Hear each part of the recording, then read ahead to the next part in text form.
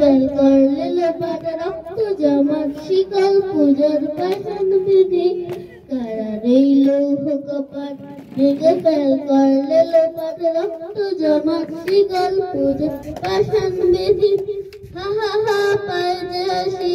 ভগবান করবে ফাঁসি সর্বনাশী শিখাইয়েছেন তত্ত্ব কেড়ে কারার এই লৌহ কপাট